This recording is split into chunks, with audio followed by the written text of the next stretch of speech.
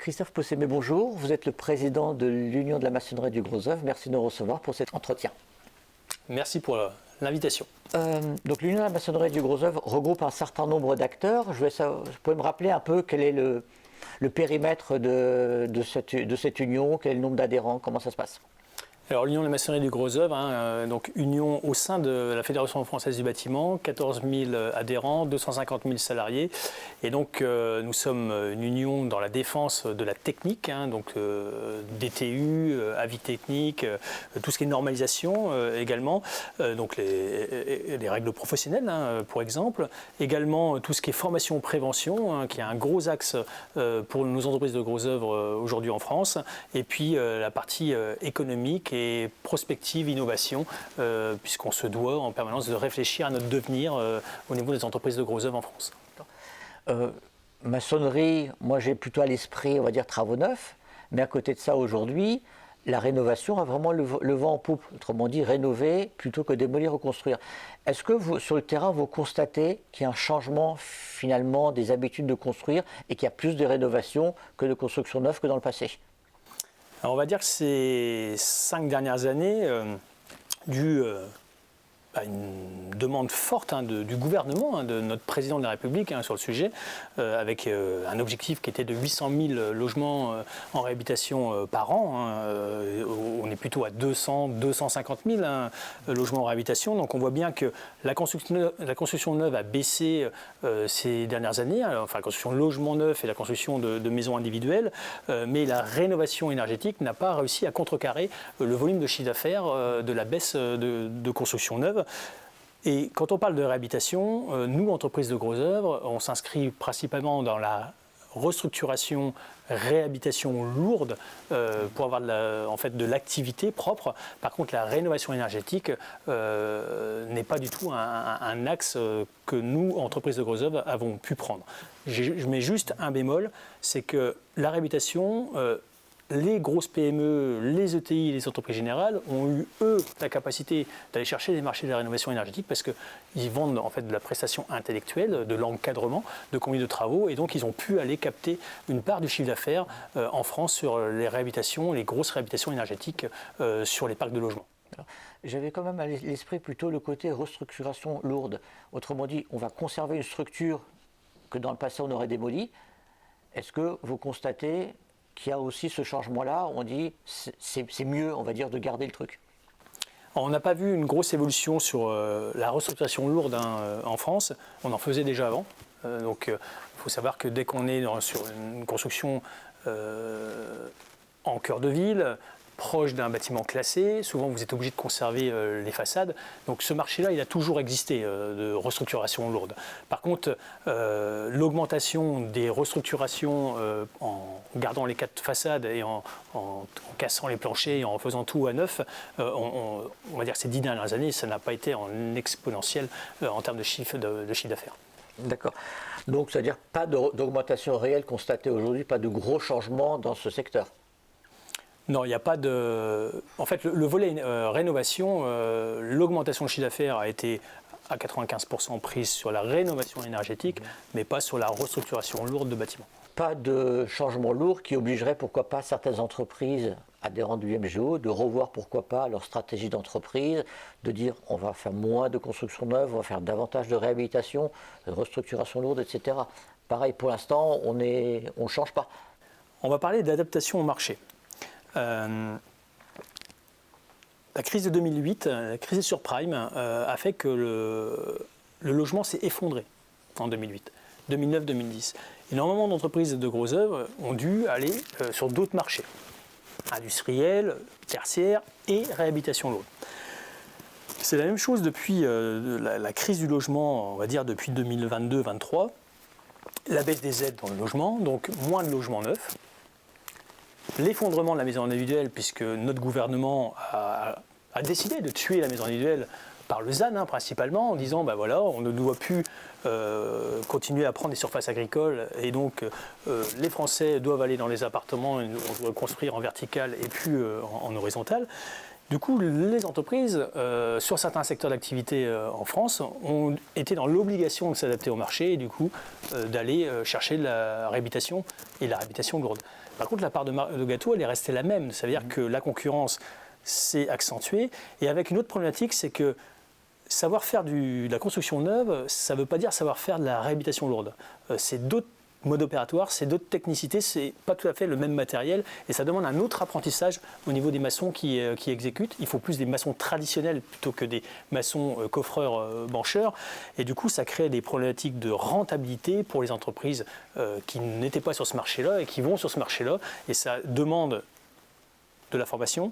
Ça demande du temps d'adaptation et du coup, au début, plutôt des baisses de productivité et de marge. Et donc, il faut tenir dans le temps quand on va sur ce marché-là. Et est-ce que ça ne crée pas quelque part aussi, je ne vais pas dire de concurrence déloyale, mais peut-être aussi d'une baisse générale de la compétence? Parce que quand une entreprise qui faisait plutôt des travaux neufs se dit je vais attaquer de la réhabilitation lourde, mais finalement je n'ai pas forcément compétence jusqu'au bout, ça peut créer également des contre-exemples. Qui fait qu'à un moment donné, on va dire on va peut-être pas réhabiliter parce que c'est une catastrophe. Alors je ne suis pas sûr qu'il y ait des contre-exemples dans ce sens-là. Par contre, je parle de conduite au changement, ça veut dire qu'il faut former ces maçons. Et c'est ça qui est compliqué intellectuellement. Un maçon qui a choisi d'aller faire de la construction neuve, c'est parce qu'il aime faire du béton armé pur, du poteau, de la poutre, du voile. Et quand on lui dit, écoute, tu vas aller travailler sur un chantier, puis là tu vas aller déjà créer une ouverture, ça veut dire prendre le marteau-piqueur pour créer l'ouverture, tu vas aller poser des fers métalliques parce que du renforcement c'est du fer métallique, c'est plus forcément du béton. Quand on lui dit, tu vas aller maçonner du parpaing, alors qu'il n'a jamais fait de parpaing. Donc, le métier de maçon, en fait, on a l'impression qu'on sait tout faire, mais dans certaines entreprises, on est hyper spécialisé, donc on n'a pas forcément ce volet de polyvalence dans le métier. Ça veut dire aller faire un bout de plâtre, aller faire un bout d'enduit. Et ça, c'est pas donné à tout le monde. Donc c'est vraiment cette conduite du changement qui n'est pas forcément simple intellectuellement. Et en termes d'encadrement, c'est aussi différent. C'est que le chiffre d'affaires par conducteur de travaux n'est pas le même quand on fait de la construction neuve ou de la réhabilitation. Donc ça demande aussi de former aussi ces conducteurs de travaux et d'avoir cette capacité d'adaptabilité au niveau entreprise parce qu'on est obligé d'augmenter l'encadrement quand on fait de la réhabilitation par rapport à la construction neuve. Et au niveau des adhérents de l'UMGO, est-ce qu'il y a quand même des remontées, des besoins ou des demandes d'accompagnement au changement, d'accompagnement à la formation, de la mise en place de CQP, je veux dire un CQP bâti ancien par exemple, est-ce qu'il y a de la demande ou est-ce que l'UMGO dit il y a des choses quand même à mettre en place parce qu'on sent quand même qu'il y a un besoin? Alors je vais découper dans la question, il y a déjà la partie formation-prévention. Prévention, il faut bien sûr, je parle de mode opératoire, donc il y a des systèmes constructifs qui sont différents. Donc il faut réapprendre aussi tout ce qui est sécurité quand on fait de la réhabilitation. C'est la tenue de l'ouvrage en phase provisoire qui peut être compliquée en réhabilitation, donc ça demande du calcul spécifique, des éléments spécifiques. Donc là il y a vraiment un volet prévention et donc notre commission prévention sur ce sujet-là est très regardante. Et si vous regardez, il y a des accidents parfois en France, avec malheureusement des morts, sur des effondrements dus justement à des passes alternées qui ne sont pas faites comme il faut, à des étaiements provisoires qui ne sont pas faits comme il faut. Donc il faut vraiment être très attentif sur cette évolution quand on fait de la restructuration lourde. Ensuite, la partie CQP ou titre pro sur Maçon du patrimoine. On n'a pas attendu une évolution normative. Ça fait 20 ans qu'on regarde à former nos salariés parce qu'il y a quand même une demande. On en a toujours fait suivant les territoires. Par contre, bien malheureusement, on crée les produits, on les renouvelle au fur et à mesure, que ce soit par le 3CA BTP, que ce soit par l'AFPA ou par l'éducation nationale pour certains sujets. Mais malheureusement, on n'a pas les candidats qui vont en face. Donc c'est là où c'est pas si simple que ça. C'est qu'on a besoin d'agilité, on a des entreprises qui se transforment, mais on a du mal à les acculturer à venir se reformer, parce que pour eux, ils sont maçons, l'encadrement se dit, mes maçons, ils vont y arriver, ils faisaient de la branche aujourd'hui, ils iront faire du renforcement demain, et on n'arrive pas à leur faire passer le message de ce temps nécessaire de reformation pour pouvoir réellement comprendre les codes qui sont différents sur la restructuration lourde. D'accord. Donc pour résumer un petit peu, donc aujourd'hui si je prends le côté rénovation plutôt que de démolir reconstruire, la situation n'a pas énormément évolué. En revanche, la rénovation énergétique, elle, donne l'impression finalement qu'il y a un changement de marché.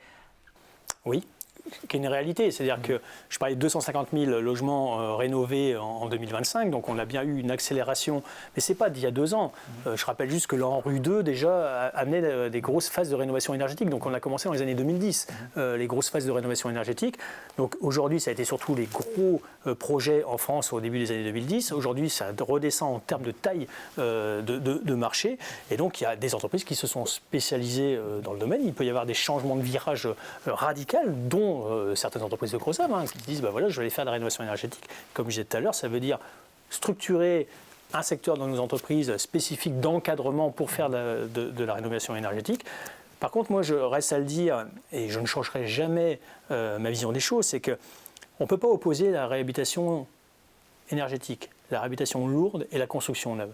Il faut toujours avoir la vision économique, la vision de la qualité du bâti, parce que on dit toujours mettre une attelle à une jambe de bois, c'est une réalité sur certaines réhabilitations. Quand le bâti date des années 20, qu'il a été fait avec du mâche-fer, avec du parpaing à l'époque, du béton caverneux, on a des remontées capillaires parce que les fondations ne sont pas assez profondes. Pourquoi s'entêter à faire de la rénovation énergétique?